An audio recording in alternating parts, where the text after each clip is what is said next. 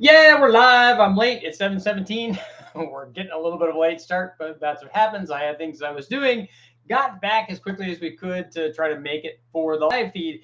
And if you take a look at the thumbnail, it is a picture of a flow fixture and, more importantly, the fixture for the top that allowed us to basically open the valves when we were airflow testing this head way back when I had my Chevy Sprint Turbo, the best car ever. I was doing lots of things with it, primarily to do. We were doing two things with it. One, I was doing some land speed record. Yes, in a 1-liter Chevy Sprint, originally rated at 70 horsepower, and not at the tires, just 70 flywheel horsepower. 1-liter, 3-cylinder, port injected, turbocharged, intercooled motor was made by Suzuki. Good little motor. I really love that car. It would knock down, when we were done with it, over 50 miles per gallon, an honest 50 miles per gallon. I know guys throw these numbers around all the time, but don't ever actually do that. Or they'll see it on their modern heads-up display. Look, I'm getting 50. Yeah, you're getting 50 going down a hill for a 30-foot stretch while you're doing this. I'm talking about when I was driving regularly, meaning all the time, from Vegas to West Tech, which is in Mira Loma, or from Mira Loma to West Tech, because that's the car that I had with no AC, by the way. I would log the mileage, and after we did a number of things. One of the things that we were doing was porting the head and adjusting the valve job to try to improve low lift flow. And maybe this was the wrong idea, but this is one of the things that I wanted to try. So we wanted to make it better. We were still using the stock cam timing. The next thing I was going to do after we were doing the land speed stuff is I actually wanted to start, excuse me, I wanted to start playing with cam timing, because I think the cam timing would have had an effect. But I could have adjusted the cam timing both to make an effect on power, and then putting if I really wanted to make it a change in power, we could have put a reground camshaft in it, because it definitely needed more camshaft. But we also could have adjusted it to adjust power and to adjust for fuel economy. I did lots of stuff. I did like a hot air. We did an open exhaust. We did stuff to the exhaust. We did stuff, as you can see from the photo, to the cylinder head, and not going, because I didn't want to hog this thing out. I didn't want to get a ton more flow. I was primarily interested in the valve job, and then the transition from the bowl to the seat and stuff. So right in that area, we also did, I think, some chamber polishing, if I remember right, more to reduce the chance of detonation. We're also thinking in the back of our mind in terms of making power production. I wanted both things to work, and for the fuel mileage thing, I tried different injector spray patterns and injector and different pressures, because jack the pressure up, we'll get better atomization. We got rid of the AC that was there, which was a mistake. Jack the tire pressure up, lowered the car, put belly pans on it. I didn't ever take the mirrors off, or even just rely on the inside mirror. That would have been better. But from a safety standpoint, that's just not a realistic kind of thing. If you're driving, on a closed course, and you can take the mirrors off, because the mirrors definitely are an aero drag thing. But there were so many other things on that could have been better.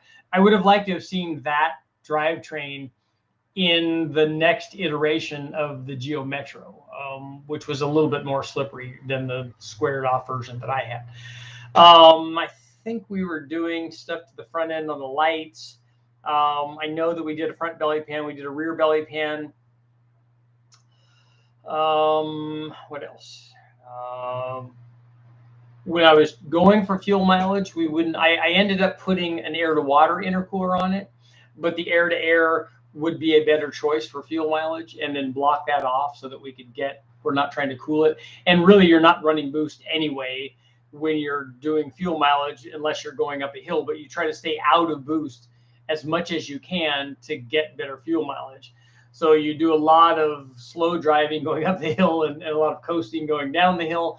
And so anything that you can do to, we did all the things that we thought that we could do to improve the fuel mileage. But I wasn't doing any hypermiling where I'm doing pulse gliding or where I'm tucked in behind a semi or anything. I was doing real driving, and we were driving, 60 to 65 miles an hour. And I tried to repeat that every time. when we were doing the testing, because I didn't want to, like, if I drive 50 miles an hour and I'm tucked in behind a semi and I'm pulse gliding and stuff, shutting the motor off and doing, there are a lot of things that you could do to hypermile it, and we could get even better mileage. But that's just not, again, it's like taking the mirrors off. That's doable. We could put, a big, we could extend the roof line and taper that down, build a big contraption off the back of it, and we could do all that stuff. But for me, there's a limit to what you can do or what you should do for something that's realistic. Most of the modifications we made would not really affect the thing. I could still just get in and drive it and have fun with it if I wanted to. It wasn't something that was just only dedicated for hypermiling. If I was doing that, I wouldn't be using a Sprint Turbo. I would be using an XFI if I was trying to do that, so I could get 60 or 70 miles per gallon or whatever the number is. But I also wanted a car that on the flip side of that is when we were doing the head porting and stuff, is that the flip side of that is that we also set some land speed records, specifically at the Maxton mile. And this isn't about any of that. That's just the backstory. The real story is that if you take a look at that photo, you'll see that we had to make a plate because we wanted to flow test the head. And when we were flow testing the head, we wanted the flow test procedure to be, if we're making changes to it, valve job and porting and things like that, we wanted the flow test procedure to be 100% repeatable. So we made this little fixture to be able to get access to the bolts to bolt our head on a fixture. The bore size wasn't that big of a deal because Westech had umpteen bore sizes that we could go from 3-inch all the way up to 5-inch or whatever their span is. It's quite a bit for, lots of big block stuff, and then smaller stuff too, modular Fords and other things that have very small bores. So we could run it on the correct bore size. We could position the head the same spot every time. That was nice. We had a head gasket for it. We could clamp it down. We would get zero leakage when we were testing it, especially after we did the valve job, after the thing was new and fresh and working really well. That all worked out very well, but we made this plate so that we could adjust the valves to the correct valve lift. We could have our dial indicator mounted there so it was solid, and we didn't have to worry about that coming loose or, while we were doing the testing. We could do both valves because it was a 4-valve motor. I think it was a 4-valve. Now that I say that, I don't think that it was. I think it was a 2-valve motor. It was a 2-valve motor because it was a cam and block kind of thing. So I'm gonna have to take a look at that photo. I'm pretty sure it's not a 4-valve motor because that's only the Swift motor was the cool 4-valve motor. It was bigger. That one was 1.3 liters. That one was much better. Yeah, it's definitely a 2-valve motor. The other thing that we did, and I'm glad that I looked at this photo, is that it's an overhead cam motor, but an overhead cam 2-valve motor. And then we would make flow fixtures for the intake and the exhaust. Although if you look at the intake, it's just a round port. So it looks an awful lot like what people would consider an exhaust port on a conventional car because it has that kind of shape. But like I said, we were able to bolt this thing on in the same spot every time. We were able to get access to bolts. We had our little adjusters on there. They were at the correct angle, so it would go down. We could almost do this by the number of turns, but we also had a dial indicator that we could mount on there, and we didn't have to go because this thing didn't have very much camshaft in it. But I think we went all the way to 500 lift on this thing, and the process worked very well. Like I said, not only were we able to get over 50 miles per gallon, but we were also able to go 119 in the standing mile out at Maxton, which, by the way, is faster than the record was in that class for that car out at Bonneville. So we were getting ready to go to Bonneville. We were putting a cage in it, and then it got stolen. Then it went away. But the point of all this is that if you see that plate and other things that were necessary to get all of this done, they didn't exist because nobody had in the not so lucrative 1-liter Chevy Sprint performance arena, there was not this thing available, just like there is for a lot of these other guys' motors. The Pontiac 4-cylinder is a good example. There is a lot of stuff available for that because it shares so much stuff with the V8, but there is stuff that's specific to the 4-cylinder. or if we run some of these other V6 motors or inline motors or something, and there are things that aren't available for them, then you have to make them. And just like we were talking about last night with making an intake manifold, that's one of the examples, but also this plate, also the entries, also the exhaust, because I had the way that thing was configured for the turbo is it had a factory turbo exhaust manifold on it. And then, the exhaust manifold attached to the factory RB32, I think was the turbo, very, very tiny. Again, because it made 70 horsepower with boost at about 7 pounds. So we needed to have a flow fixture. So again, you just make it's fairly simple. You drill the hole that's sized, that's roughly, and in this case, it doesn't have to be exact, just roughly the size of the opening in the port. You just take a little plate that's very small, as long as it overhangs both bolt holes, or really, honestly, you could just do it with one. You drill a hole for the bolt, you drill the hole for the exhaust pipe, you put a section of tube on it. In our case, it needed to be bent because of the way that the flow fixture is, or the way that the head sits on the airflow bench.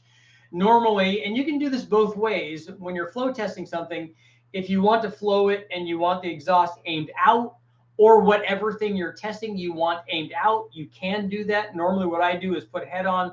Once the head on and both the intake and exhaust valves are sealed and there's no leakage, I just leave it like that. So you normally have the intake facing me. We flow the intake manifold with a radius entry. Obviously, if we don't have one that's already built out of plastic, which Brzezinski and these people make, if we don't have that, which you won't have that for a Chevy Sprint, because honestly, who makes that for a Chevy Sprint? You just make it out of clay and just Play-Doh, just modeling clay. You just make it, just put some kind of radius entry, and it will be really good. I've had professional head porters come over and said, hey, look, I'm flow testing this head and I've made this clayed entry. I know that you're an expert head porter and you flow test a lot of heads. I want you to come over. It's already set up. Just push the button and see what the airflow is. And then I want you to do your super wazoo, whatever it is you do that's different than the way that I'm doing it here, your super wazoo clayed entry, to make it better than I did it. I want to see how real guys do it.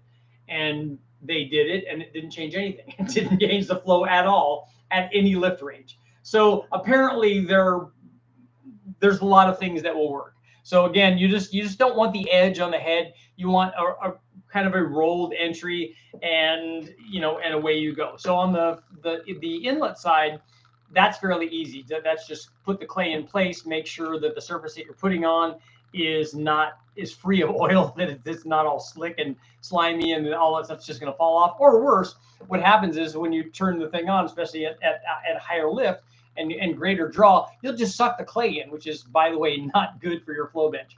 So make sure that all that stuff sticks on.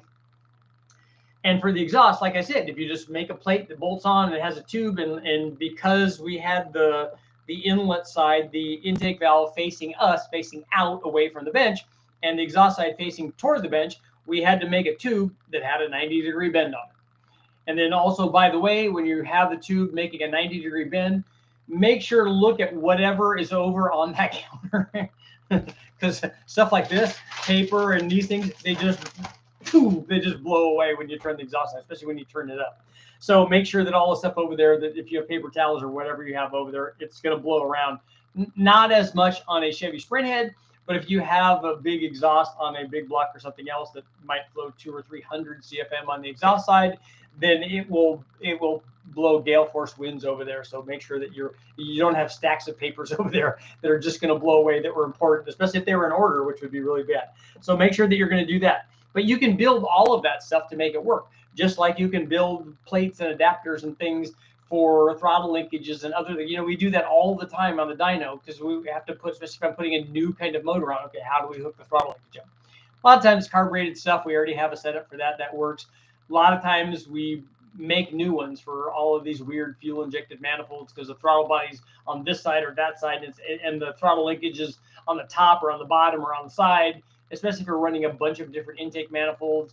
We may put the mounting arm for the throttle linkage on the back and or on the dyno, and not on the engine or on the head or somewhere, and you have to do all that stuff. But the thing is, it's not, none of that is insurmountable. Just like this thing for the sprint head, it's not insurmountable. You just look at it and go, hey, look, what we need is a plate. Let's start with a plate. Okay, we have a plate. So we have 4 holes that go into the cam towers.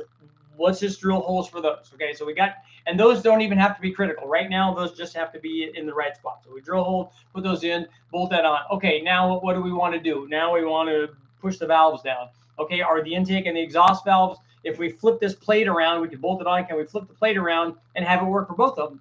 Yeah, maybe you can. If you can, you only got to drill 2 holes or thread 2 holes, or in our case, we welded bungs on them and then threaded those. You know, and then we go, okay, now we have our plate on, but now we got to put the head on. So how do we put the head on? How do we take the head off? We put holes in there to get to the access to the head bolts. And it's all just problem solving stuff. And it's it's something that all car guys should be comfortable with and should be able to do, because you're going to be asked to do this a lot, especially if you're doing things like, you know, swapping engines or transmissions or drivetrains or whatever you're doing. You're going to be asked to do this kind of stuff, and you got to be able to you got to be able to do it. And trust me, it's, if I can do it, anybody can. It's not terribly difficult. It's just common sense stuff in most of the cases. You know, sometimes if you want to get really super tricky and you want it to be like ultra double wazoo and it's going to look fantastic and people are going to go ooh and ah, that's a different thing. That's a different level of thing. What I'm talking about is getting something done so that I can get this done in 5 or 10 minutes, so that I can check that one off the list. And then I can get to the 20 or 30 or other things that are on the list that may or may not also require some kind of thing that I have to build to figure out how to test or design or otherwise utilize the thing that I need to utilize for some particular test. So that's the important thing for tonight. We'll see what you guys got going on. Uh-oh, people are disapproving. Let's see, I'm going to scroll back a little bit. Does anybody know what the poll will be about tonight?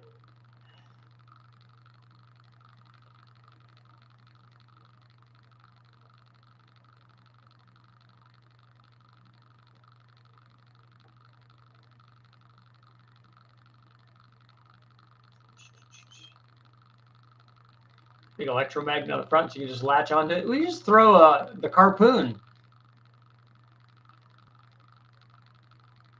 You missed the intake stream last night? Man, come on.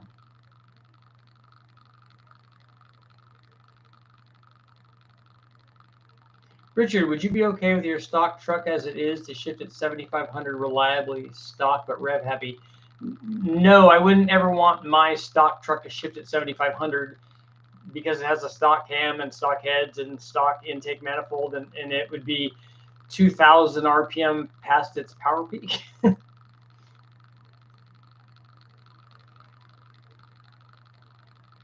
Car Love, I missed your yesterday's stream. I rewatched it from the beginning. Very interesting stuff. Yeah, the intake stuff is really cool.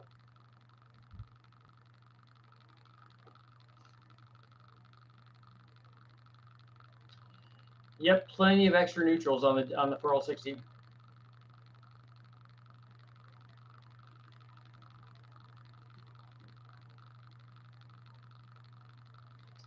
Jody, I remember that when I was in, I think it was in high school when that happened. I remember a friend of mine went out and flew our flag at half mast when Bon Scott died.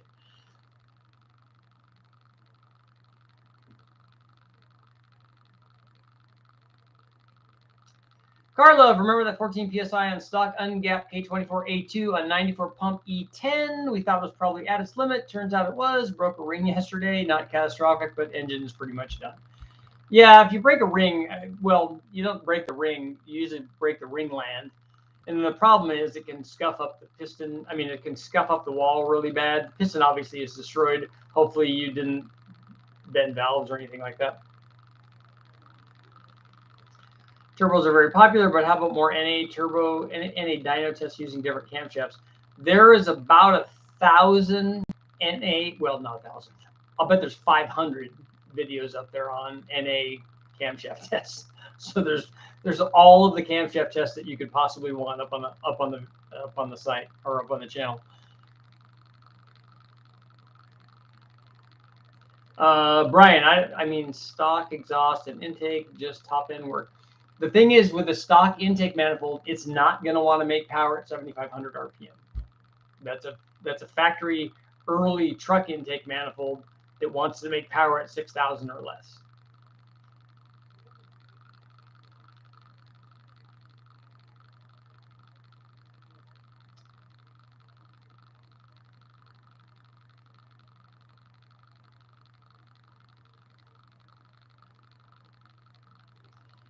28 miles per gallon in a stock 327 in an Impala seems like an awful lot.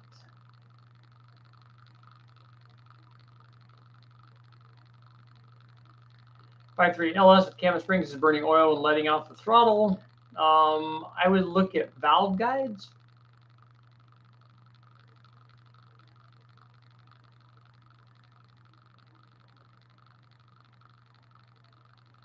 Jeremy, Richard, I damaged my TrickFlow 11R head. I'm sending it to TrickFlow's machine shop.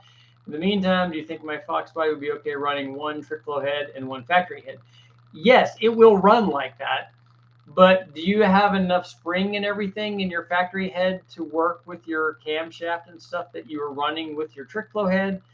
And is the deck, let's see, is the intake in a bolt-on? Those should be the same position for the intake manifold. It's going to be weird. It's not going to make the same power on both sides, but I wouldn't be racing it around. But yeah, you could drive it around like that.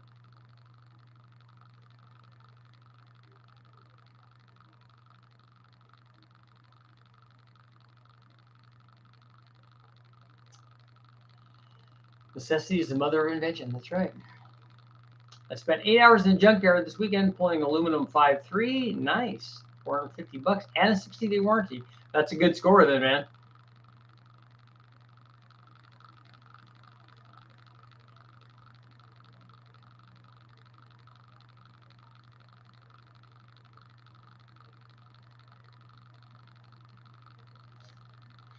So Dan, you think that the smoking on diesel could be PCV? Is that what you're thinking?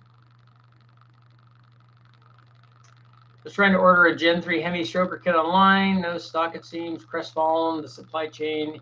Yeah, it's tough to get parts. Have you come across a cross ram to test? Well, a cross ram for what application?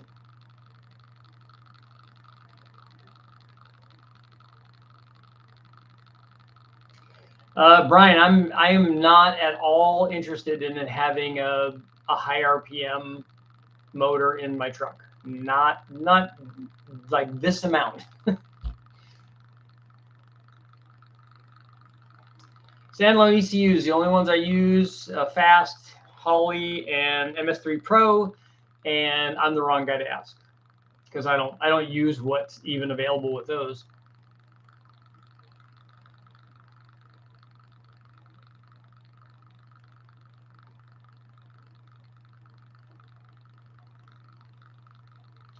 Have you seen anybody run an LS with an old school small block firing order? I haven't seen a cam firing order change on an LS that I can remember. So Casey, just swing by New York on my way to Ohio. It's just right there, right?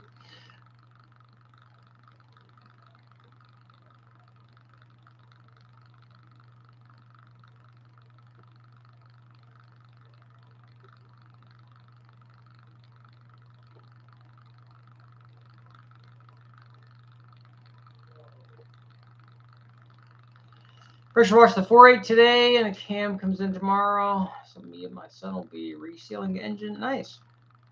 It's a good thing to do with your son. Symptoms of a stuck fuel injector. Well, the cylinder fills up with fuel and then hydrolocks. That would be the first thing. But that's really easy to test. If you can take the fuel rail up. I think that I'm trying to remember if the factory fuel rail has the little clips on it that hold the injector in place. I don't know if the LS has that. Maybe it does. It's been a long time since I've used any of those. But if it does, you can just pull the fuel rail up and put fuel pressure to it and see if it is stuck open.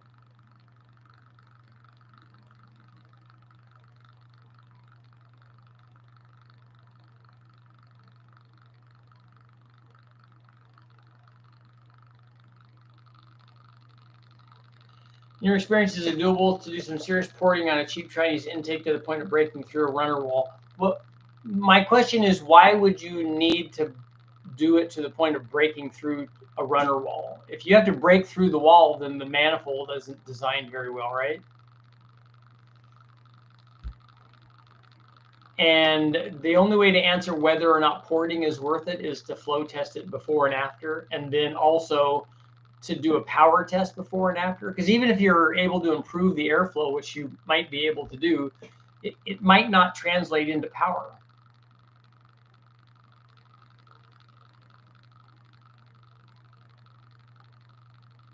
Actually, New York isn't that far from Ohio. But what side of Ohio is New York on from California? Ever see Thunderbird turbo coupes in the junkyard? I have seen two of them, oddly enough. I saw two of them on the same day. And that's the only time I've ever seen any.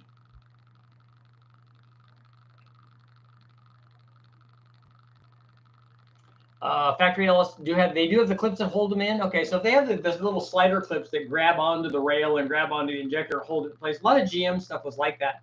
So if they have that, you can lift the whole rail up and just energize the thing and see if the fuel is leaking. We have a flow.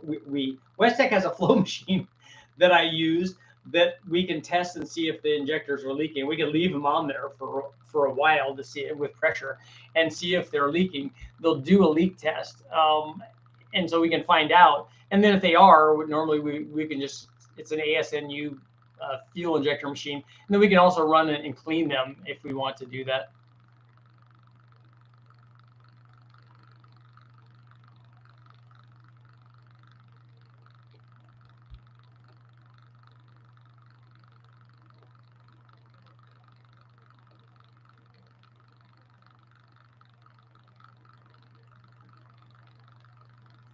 Pretty much did the same thing in my 04 Aveo.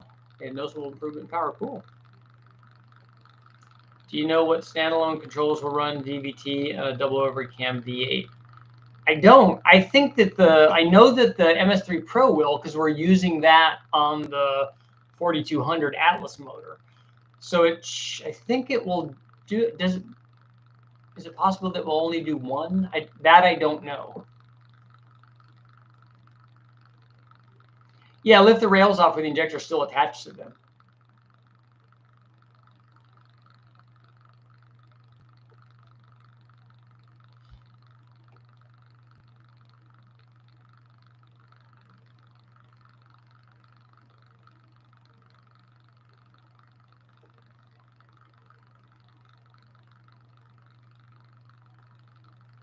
Do you watch Matt's Recovery, building the 8.1 world's largest wrecker? I haven't seen. I don't know what that is. I don't know what you're talking about. So obviously the answer is no, then, right?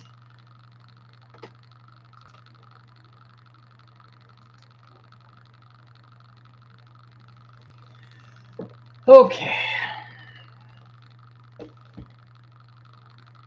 So the poll for tonight.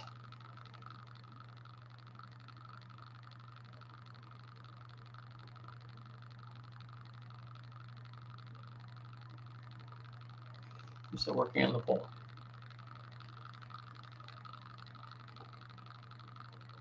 Picked up an Eaton 410 for 1970 Chevy C10 utility.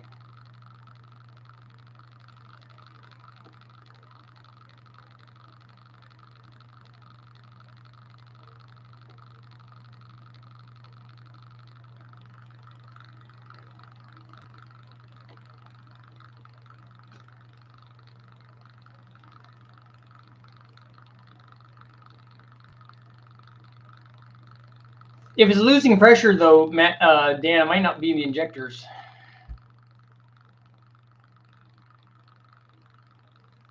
And if he wants to know what specific one it is, he needs to take them out.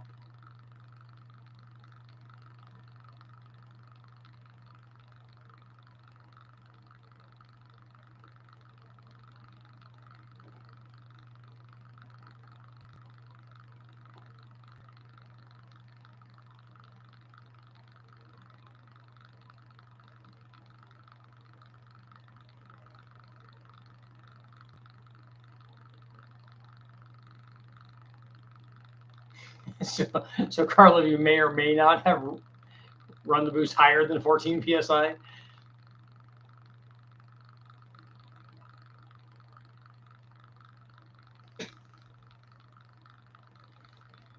Finish my Diamante, has a 6-speed from a Hyundai Tiburon. That'll be cool.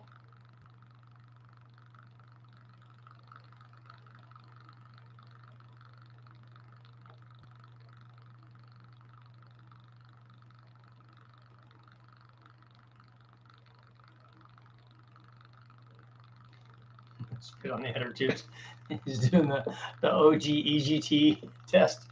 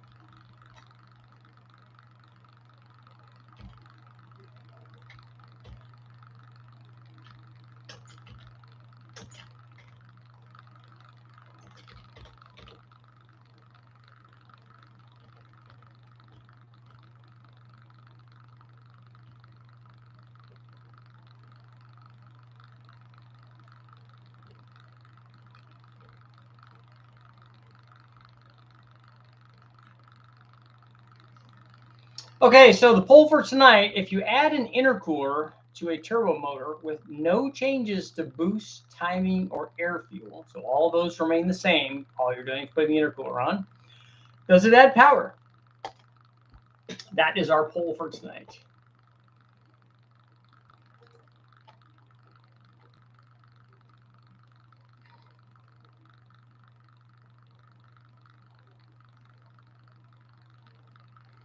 Yeah, Carlos, sometimes we decide the fate of the engine and the vehicle all on our own.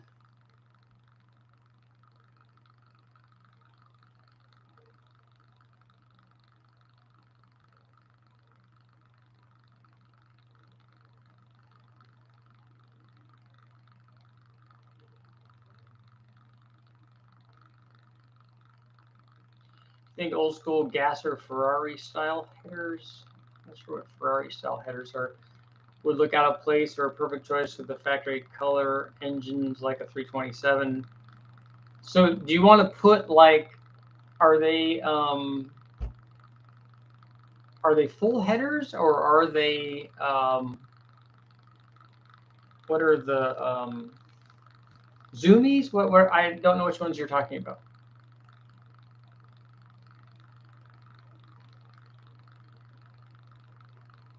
Noodles is in the house.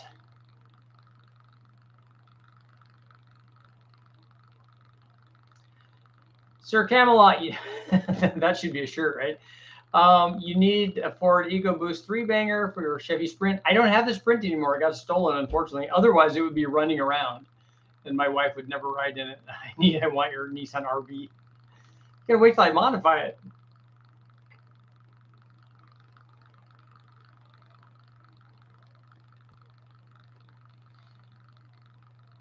Yeah, the hardest thing to tune is the driver, that's for sure.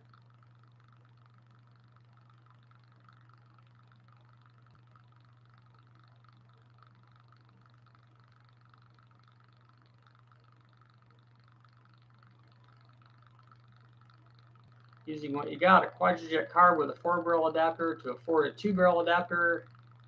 Yeah, all the torque. just less of it. But I am a fan of like multiple adapters, obviously.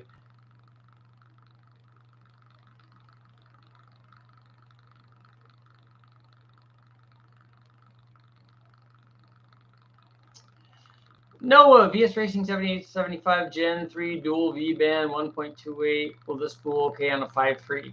Yes, we have spool stuff up on the channel already on 7875. It's a Gen 2 and not a Gen 3, but the spool rate should be fairly good. 1.28 is a little on the big side. How much power are you trying to run? The intercooler will not lower boost pressure if your boost reference for the wastegate is in the intake manifold. If your boost reference for the wastegate is on the turbo, then yes, that will happen. But it says in the question that the boost and the air fuel and the timing all remain the same. Let's for just regular long tubes painted white. Yes, if you love that, then that's the way to go. Will I get better mileage putting a 4-barrel intake and carb on a 2-barrel 400 Mopar? Yes, if you put the right carburetor on there. If you go from your 2-barrel, and assuming, I don't know how big the 2-barrel is, but if you put a smaller, if you put a 4-barrel that has a smaller primary on it, you can get better fuel mileage that way when you're cruising. Obviously, if you're using what the 4-barrel has, you're going to get worse mileage.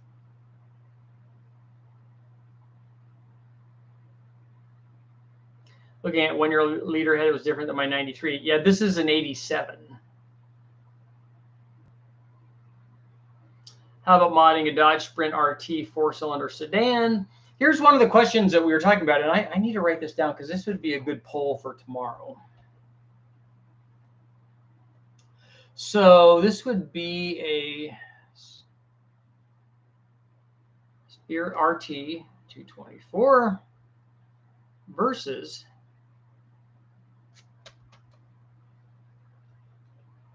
I think that I need to look and see. I'm going to verify this.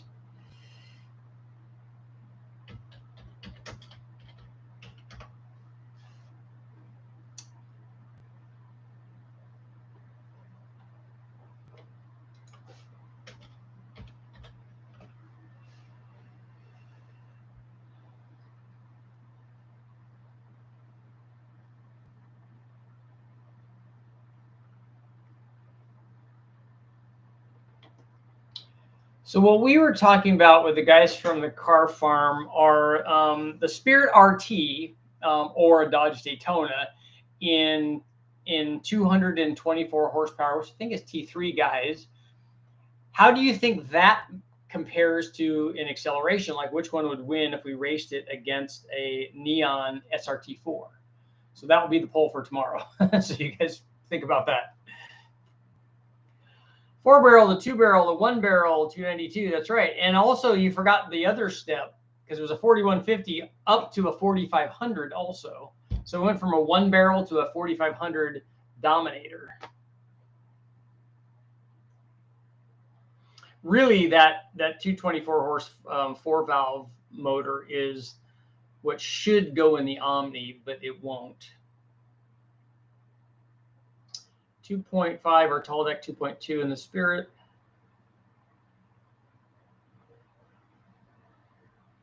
Swain Tech White Lighting. Does Swain still have set? Are they still in business?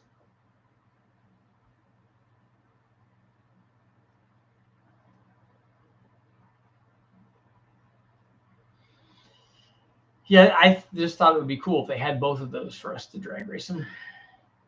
Is there such a thing as a stock SRT4? That's the way that it is with all of these turbo motors. I mean, even a 5-liter Mustang. I remember seeing this is probably a year ago now, seeing a stock 5-liter Mustang, just stock under the hood. It had the air silencer and everything. I'm like, wow, it's been a long time since I saw that. All of them had something. You at least had the air silencer removed. It had more timing. It had underdrive pulleys. It had shorty headers or a catback or a fuel pressure regulator or something.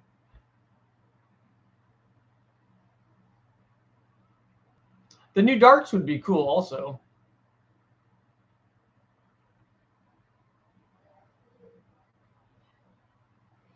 There was a the Lotus had it. something to do with the design of the 4-valve motor. And then there was also a Maserati version.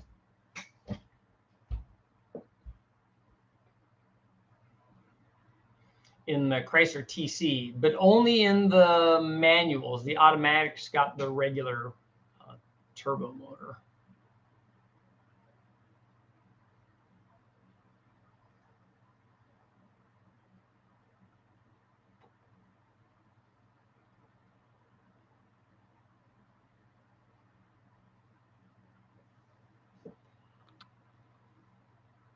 Yes, they're still in business. Just priced my wheel well headers, $500. Yeah, it's not cheap. Is that more than your headers cost?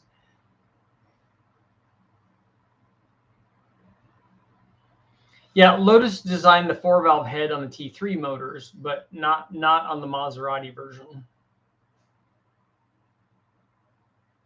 What motor is in the Cosworth Monza?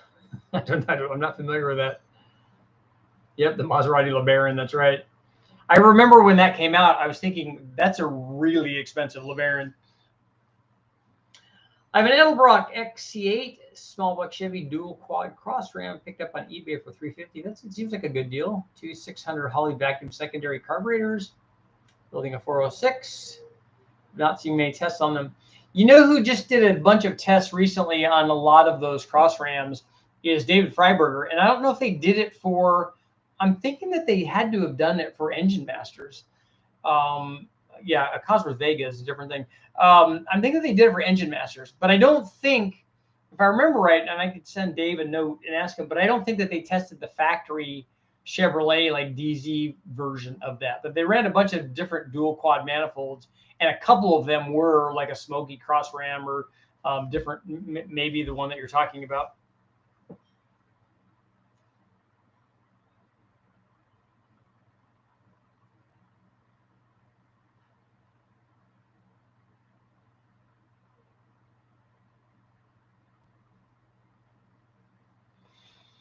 Brian, you got a 4-barrel, a factory 4-barrel iron intake manifold. Oh, an FE, yeah, it's going to be heavy. But on the plus side, it shouldn't be really that much heavier or maybe any heavier than a 2-barrel version of that manifold. +1 for the, what was the Coyote question? I didn't see it.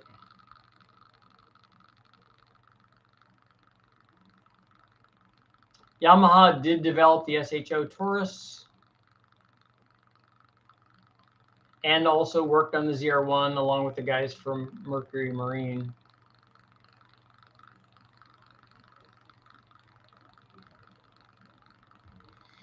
I didn't see any. I looked back. I didn't see a. I didn't see a Coyote question.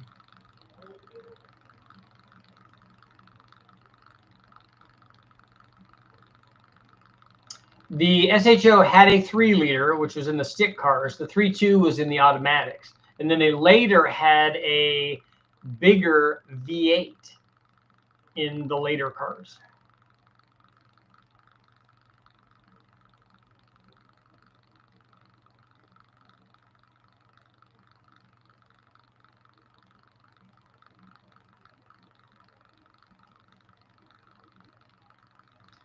Overbill, what do you think of the Civic CRX? I love those, especially the high fuel cars, because those are really kind of ahead of their time.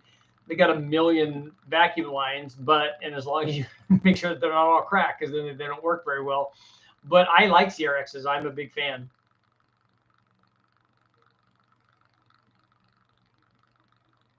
Yamaha did a lot of development, 4-valve head development for lots of people.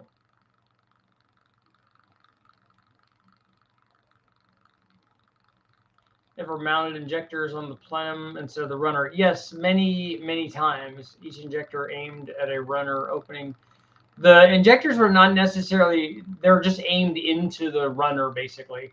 And the farther away they are, usually what people did when they were staging them in Formula One or other forms of racing is the secondary, they ran the primary injector down at the head and used those for driving around and for a lot of the throttle stuff.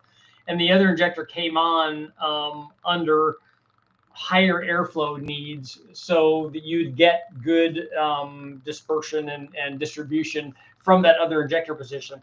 A really high injector position can be problematic for drivability, which is why they, like I said, oftentimes they run duals. You can run a motor with the high injector because we've done it a lot, and it definitely makes more power because of charge cooling.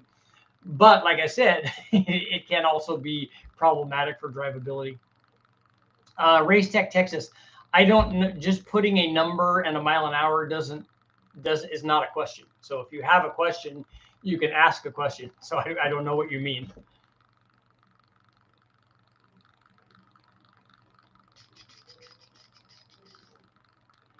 The dual point Civics and CRXs carb, yeah, and a lot of them were carbureted, which is interesting. And the fuel injection stuff. And the problem with the carburetors is that since those were not, I think that those early ones were not crossflow heads, so the carburetors tended to get hot, and then they needed to be rebuilt. But rebuilding one of those carburetors was not a big deal.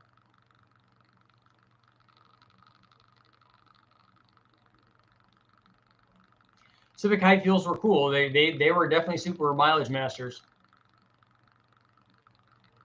Why do people take the CRV engine for swaps? Which year are you talking about? The earlier ones were they were the 2-liter B series stuff, and we used them to make a bigger B series. I don't know what the current ones are doing, what they're doing for swaps.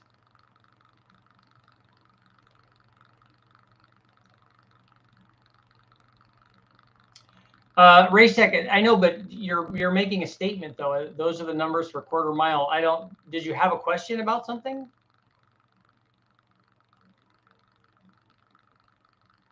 Were the Mustang SVO 4 cylinders worth modding to big power? Yeah, there were guys that made big power. I mean, Jack Roche raced them in Trans Am or in GTO, I think, in IMSA.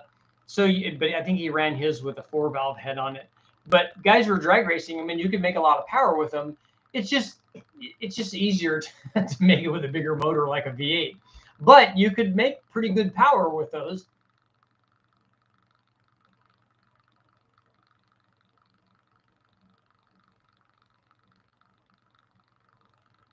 Yeah, 50 miles per gallon in the 90s. They did really well.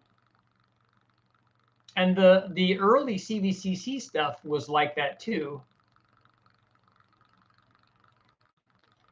What's your opinion on where the wastegate should be? If you look at where I have them on the setup that I run on the engine dyno, we have them where the exhaust goes out and then makes a turn up to the turbo. It's straight in line with the exhaust flow is what the ideal position is. That's for best wastegate function, but it will work at other places.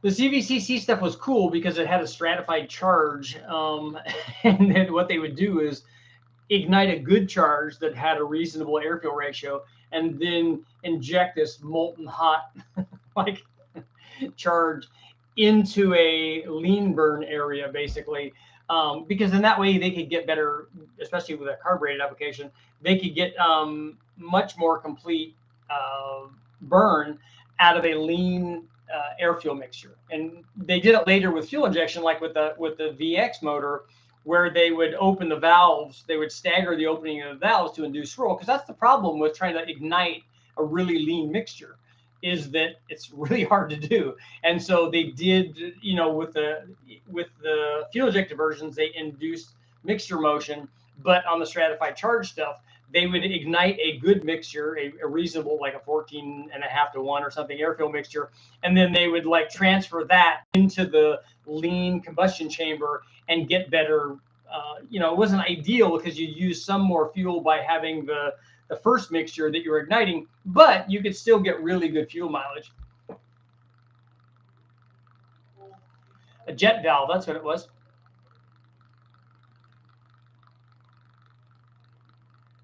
Yeah, the V8 was tiny. Somebody said it was a 3.4. I drove those when I was doing instruction at. That was at Laguna because that was the corkscrew. That was a fun car. It was a good motor.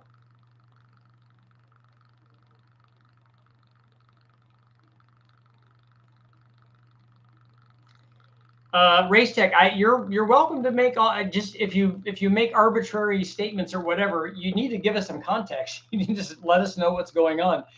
Nothing that you say is you're not going to step in and try to impress somebody with going fast or doing anything. Because there's lots of guys here that have done lots of stuff. So if you want to come and be helpful and be part of the group and bring information, like I've done lots and lots of testing on modular Ford stuff.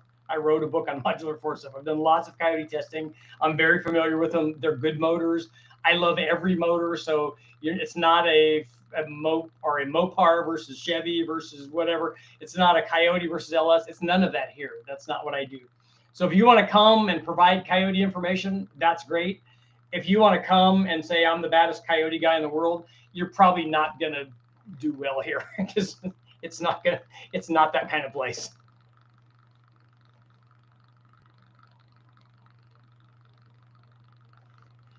The older Hondas didn't have catalytic converters. One of the cool Hondas that I saw back in the day was at Jackson Racing. He turned one of these old Civics into a truck, which was just like awesome. It was like a shop truck, but a Civic one.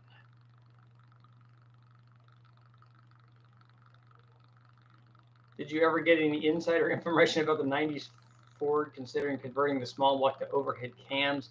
I'm the those books right there. That's my amount of insider information.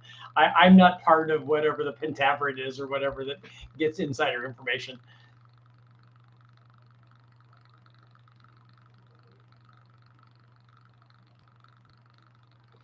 The V8 show is pretty good, and I think it revved fairly well too. I'm trying to remember. That was an automatic, but we were manually shifting it. It was a lot of fun. I can't remember how high it was. I do remember the earlier shows, the 3-liter stuff, and then they did 3.2 stroker versions of them at the show shop and then put Vortex on them. And I remember those going to 10,000.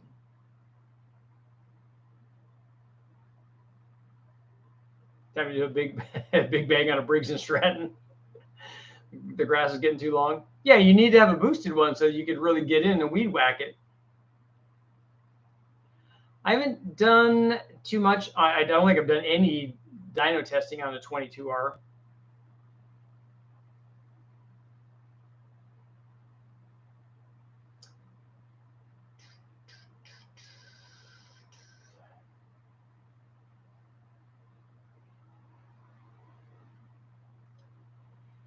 Roush ran 2.3s and larger 2.5s, but I thought that he ran the Cosworth versions of those motors.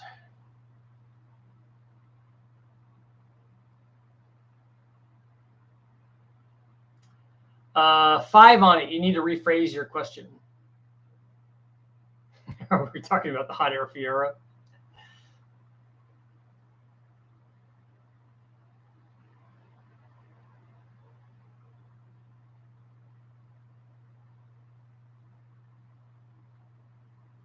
Pipe weed eaters rule.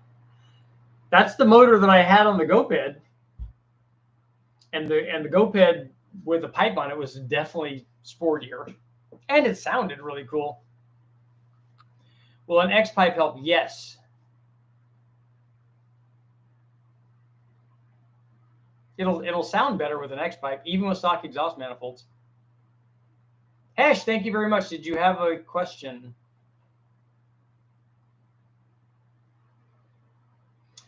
What about the Mazda K8, 1.8 liter double overcam, 4-valve V6? Those are the narrow angle V6s in the MX3s. I really like those, and I actually raced one of those at where did we race the MX3 at? We raced it at Buttonwillow. Endurance raced it. It was really, really fun. I like those little cars. So you want to try to change the oil pan on a Fox with a tubular K-member? Shouldn't the tubular K-member make it easier than, can you just drop the tubular K-member?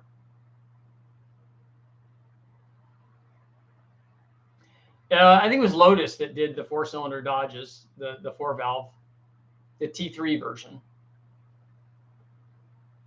Max boost on a fast 102 intake. We run 28 pounds on them, so I don't know where the limit is. I've just been reading about Ford and IMSA, Ford, the Dust and the Glory. I haven't read that. I'll have to check it out. Richard, you have at least 2 viewers from French-speaking Canada. She's a beauty, eh? How does this reach make you feel? With great content comes great responsibility. I've been to Canada many times. I've raced up there. Even I love French Canadians.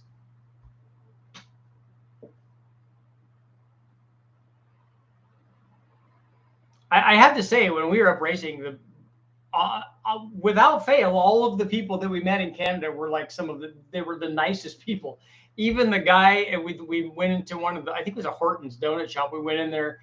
No, this wasn't the donut shop guy. This was, I think that this was like a toll taker or something. And we were in Canada. I thought he was a toll taker.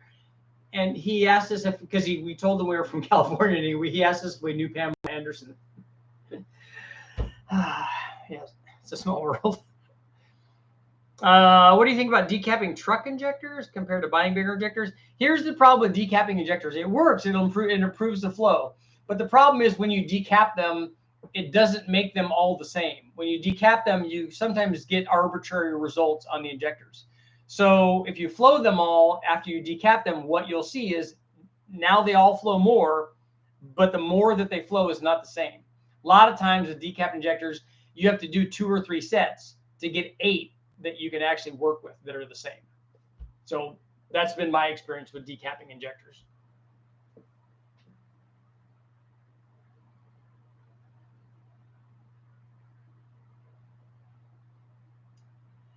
Tyson, thank you very much for your help. Always appreciated.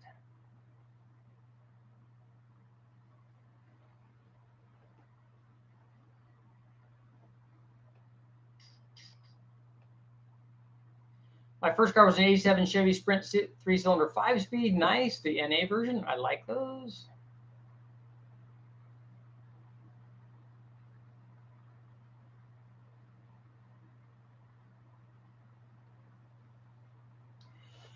I just did a cam on a 2014 L83. I have one of those. Luckily, truck was 2-wheel drive because found out you can't pull a cam gear the same because the oil pump is big and the pan has to be dropped. I did mine on the engine dyno, made life a lot easier, but I've done L83 stuff.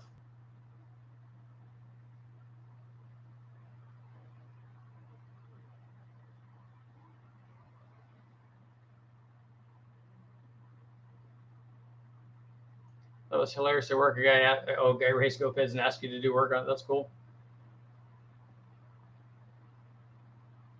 Bunch of IMSA historic vehicles. Dan, was like the Catfish car there, or any of the Nissan GTP cars? Any of those cars there? That's like cool stuff. Or the Jaguar. The Jaguar was like a naturally aspirated deal, although they were not as competitive as the other turbo cars were.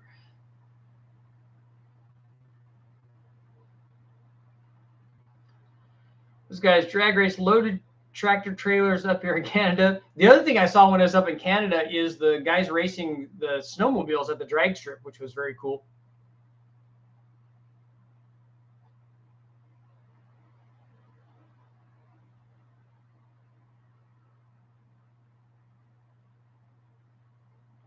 Tim, head over to Northern Illinois and fix my engine. What's the matter with it? Tyson, thank you again. I know, out of everyone, Pam is, well, Pamela Anderson, this was back in the day. She was big then.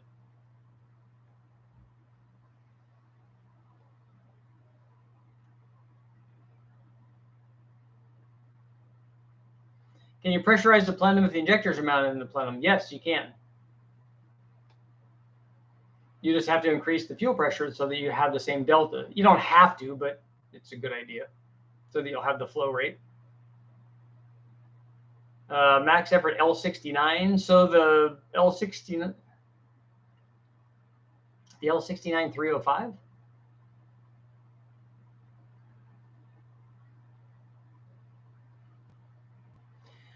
Bunch of Nissan GTPs and Jags, Roush Mustangs.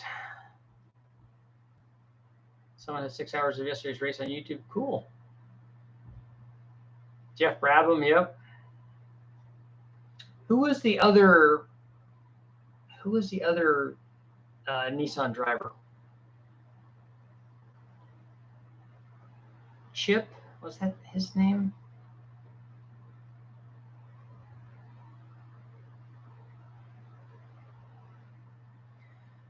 They were racing these on normal tarmac. So someone did a dislike. Counts the same.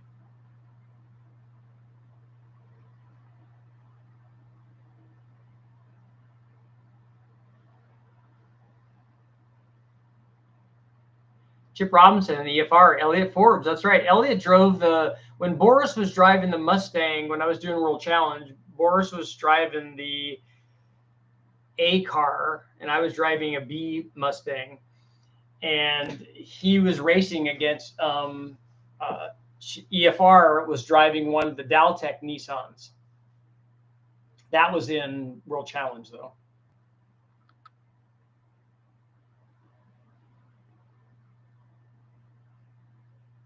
I know. Foreign L69. What's up? They put wheels on the front of snowmobiles, and they were fast because we were running Formula 2000s around road courses, and we were watching those guys. I'm like, that's the coolest thing ever. We have to go over there and watch that. I said, they're drag racing snowmobiles, and they were fast. Willie T. Ribbs. I was there when Willie was driving in Trans Am.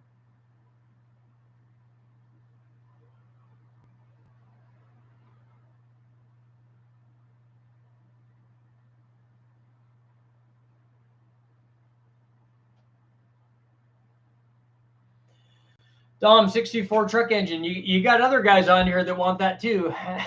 Right, Admiral? Yeah, and they race snowmobiles across lakes. I've seen that. That's cool. Keep them afloat. Momentum is your friend.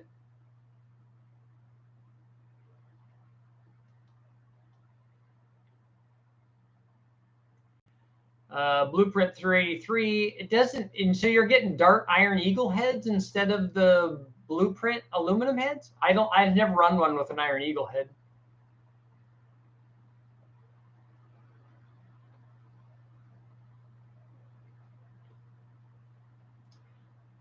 Bob Tullius, one on the Trans Am and a Mopar.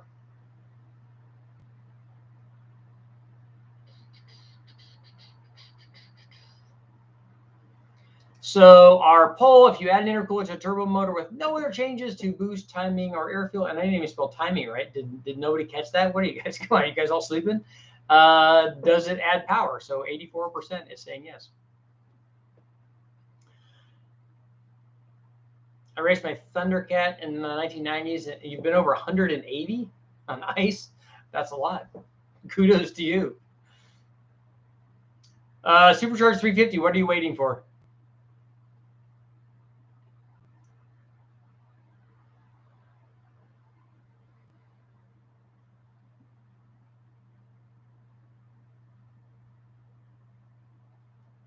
I want to see the C90 on the dyno. I don't know if it'll spin a dyno jet roller or a Superflow roller.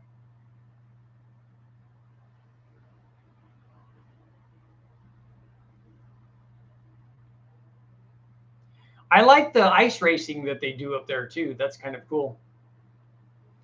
Have you had any experience with the Iron LQ4 heads? I've looked at them. In fact, the first 6-liter, the Gen 3 6-liter that I did the Big Bang on that came out of Chad Suburban was a 99, and it had iron heads on it. We didn't do anything with them. We just threw them away, I think. They might still be at West Tech if I remember. I can't remember now. I've never tried to run them on anything, though.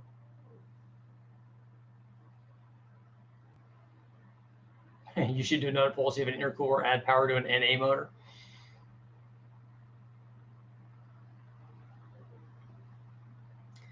Lots of 460 stuff, looking for power from 800 up to from 800 up to 4,500. That's a lot.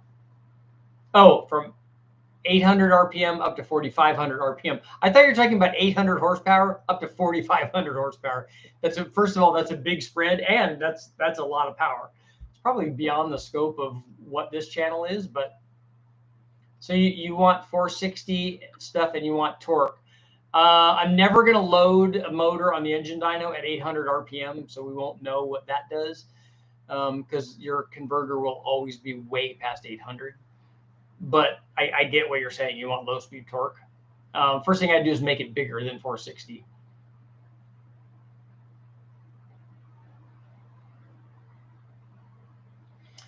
Car love, ambient is ambient. If NA draws ambient temperature, air to air, intercooler won't decrease.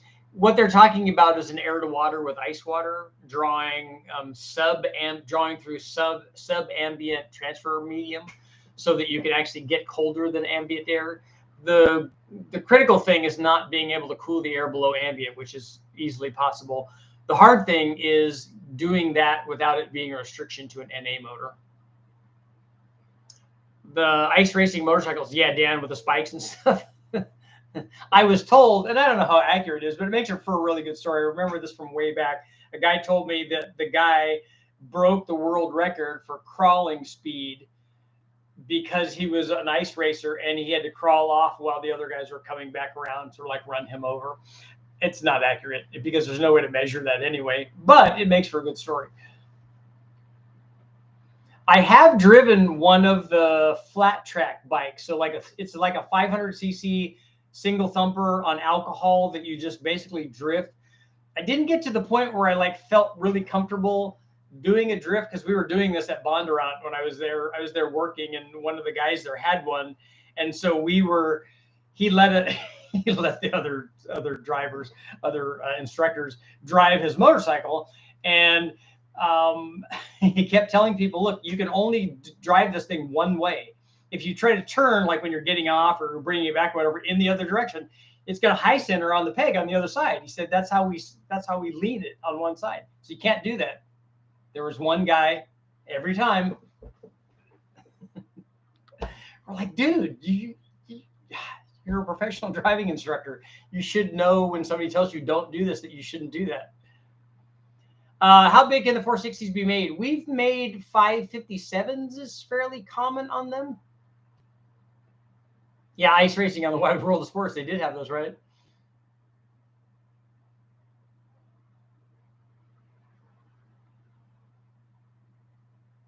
Downhill barbecue racing. I remember seeing that too on YouTube. That looks fun. Have I ever built one of the World Products Motown blocks that combines small block Chevy and LS Tech? I haven't, because they use the small block Chevy bottom end, because one of the issues with the LS, especially early on the Gen 3 stuff, is that they didn't have communication, basically. They had oiling system issues. And then on the Gen 4 motor, that's one thing they do, is put communication tunnels on the LS6 first, I think, between the different groups of cylinders, between the different banks of cylinders. And that helped. But what they did is that they brought the deep skirt up so that they could get better oiling control and less windage, I guess.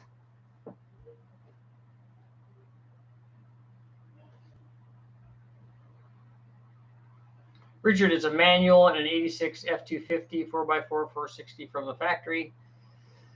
I would make it bigger, and especially if you're thinking that you're never at wide open throttle, even in a manual at 800 RPM.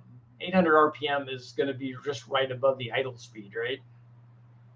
But regardless, if you want power in that range, a bigger motor is better, and then a better cylinder head than a factory head. You probably could do something better than a stock cam, although in that range, it is going to be hard to do something like that. And then you want to put, if it's an EFI manifold, you're going to want to put the longest possible runner manifold that you can find.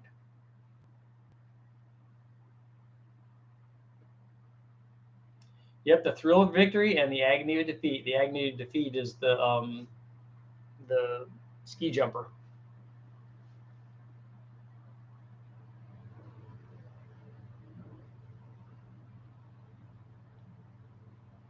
Well, the guys from the comment is, so essentially World built something for a problem that was already addressed. And maybe I didn't phrase that properly. No, they built something to fix a problem with the LS design, because the Gen 4 addressed it a little bit, but it was still a problem. And so they wanted to build a better mousetrap, which I think that they did. It's just that getting people to jump on board and having to build, to do all of the top end stuff that's LS and the bottom that's small block Chevy, that you've limited your market dramatically in doing that. People just don't want to have problems. You can go, especially when most of us just go to the wrecking yard and get a whole motor. And so to have to do, it would be for a dedicated kind of race buildup that you would do that in.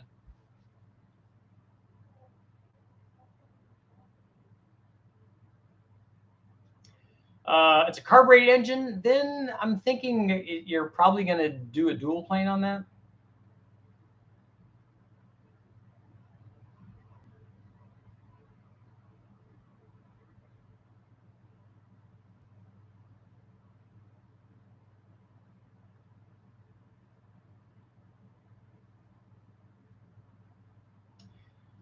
Tyson Walker, I didn't see. I have a heads cam intake 98 Camaro LS1. I have a built 5.3 and a Borg S475. Should I swap that into it or get a different car? I think guys are right. I think the packaging is not going to be the easiest thing in the world. If it's I'm hoping that it's a race car and not a daily driver, maybe.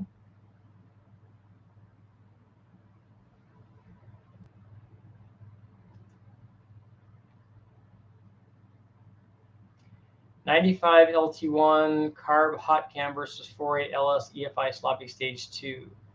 My son's 4x4 S10 versus your S10 versus your son's. One of those is a 350 and one of those is a 293. So I think the 350 probably has the advantage there.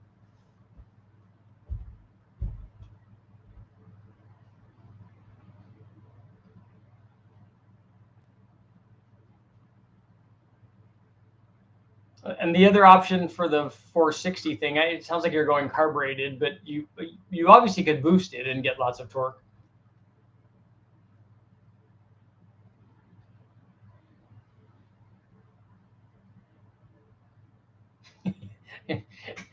Eric, I'm the king of random stuff, of randomness.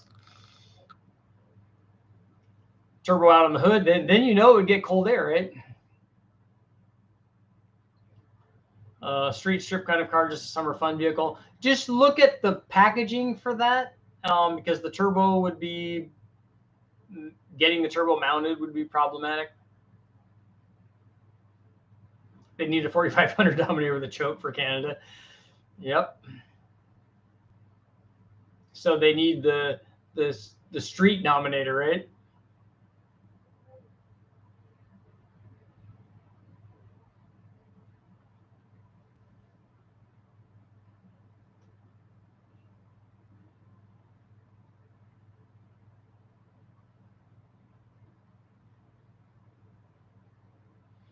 Yeah, it's certainly a lot easier to get. So I'm going to close out the poll at 84% saying yes, an intercooler will help a turbo motor with no changes to boost and airflow and timing. And obviously then you could change those things and you could add boost and you can add timing, and the airflow should probably stay the same anyway. But then those other two things will definitely add power. Yeah, the Camaro chassis is going to be tight. Anything big, trucks are a good example. Any sort of, lots of old muscle cars might be a good engine bay to put that in.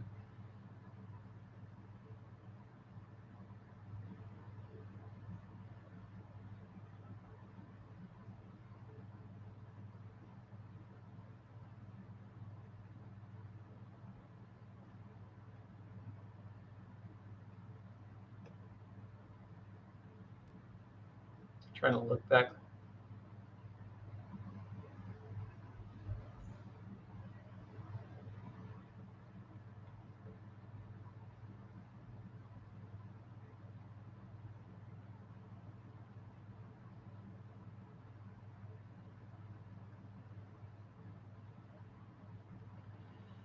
So Dan, one thing I learned while reading a white paper, if you pull 10 inches of mercury back in a industrial transmission, it reduces parasitic losses by 15%. You should have tried Denner Racing, right?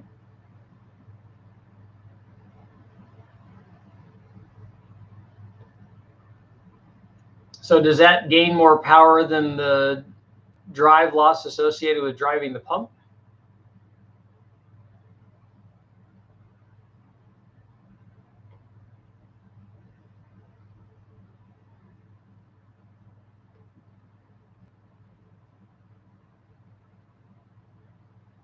In general, I know you don't like speaking generally on engine stuff, but do newer engines typically require a less aggressive timing curve, like all in later in RPM?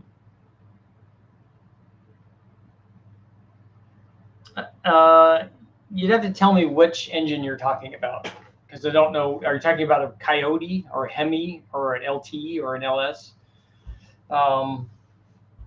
I'd say the later the engine is, the less total timing that it wants, typically. And that certainly could be the case on a 4-valve motor. But like an LS, if you look at the timing requirement on an LS, it only wants about 29 or 30 degrees of total timing at the horsepower peak. If you look at some of the older iron heads, they may want 35 or even more timing.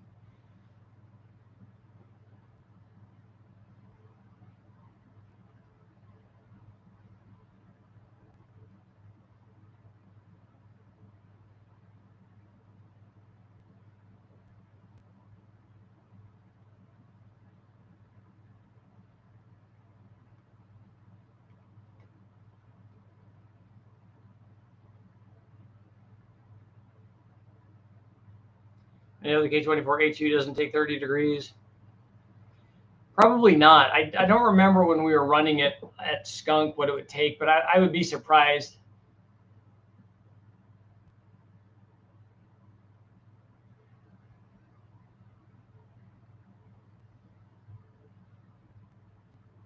Is there a 1900 or 2300 TVS supercharger setup for a 5.3? The LSA blower will go on a 5.3. That setup will go on a 5.3. Or Magnuson made kits for trucks for 5.3s. I'm not sure which blower that they used, but the 2300 like I used in the video is just an adapter setup.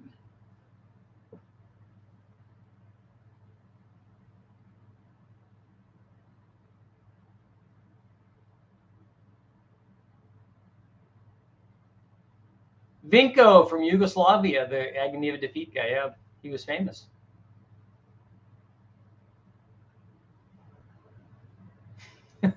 I still have scabs on my hands from it.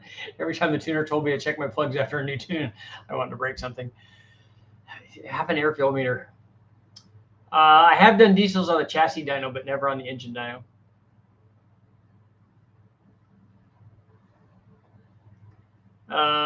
You want an IRS for your C1500 Corvette, or I think the Ford stuff has an IRS also. The Cobra had it, and then the Explorer, one of the trucks, had it also.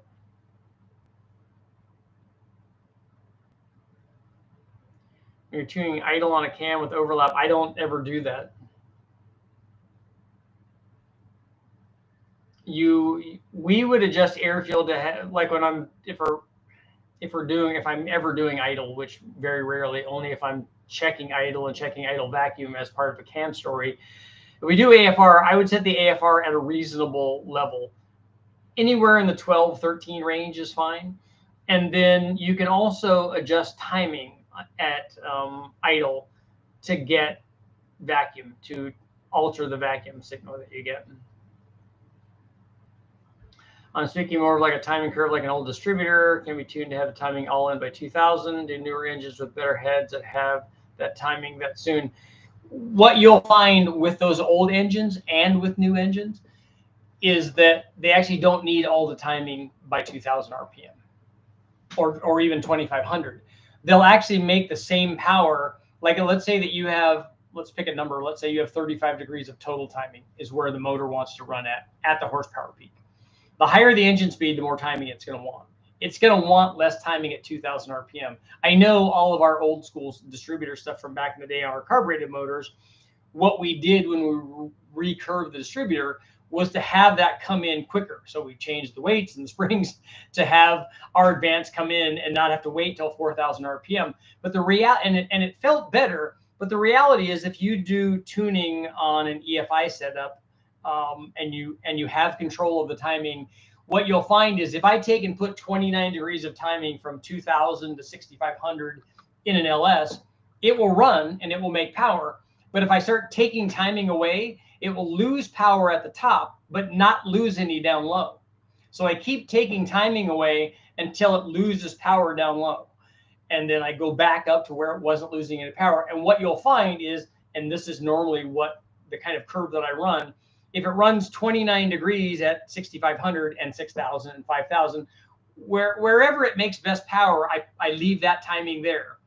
But wherever I can go less timing and have it still make the same power, I reduce timing. Because when you do that, you're reducing the chance of detonation. It's not as big a deal for us on a super cold engine, on the engine dyno under a controlled environment.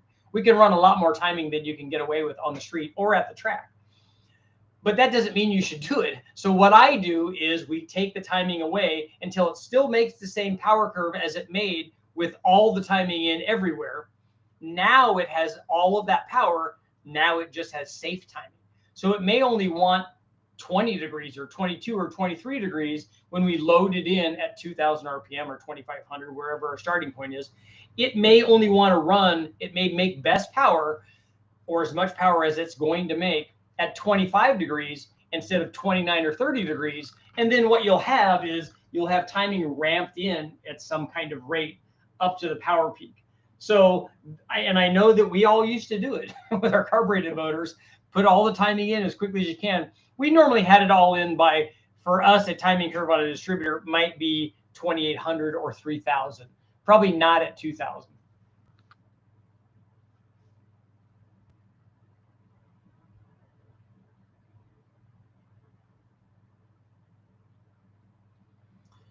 Car Love, almost every factory LS has the piston out of the hole. Some of them are as much as 10 thousandths, but the 706 head, that won't be a problem.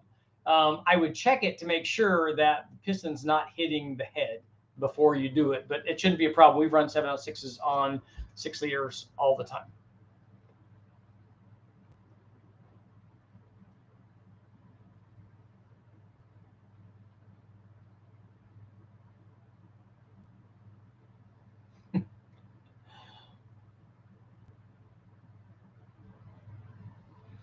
Lincoln Navigator RS also. So okay, let's see.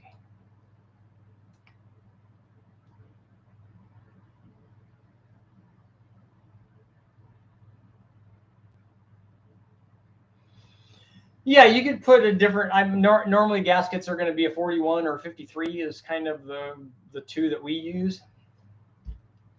Gotta get a piece of meatloaf. Okay, guys, it has been an hour and 22 minutes. I've gone over time. It's the weekend. Thank you guys all for showing up. Hopefully you guys had a good weekend, and I will see you guys all tomorrow.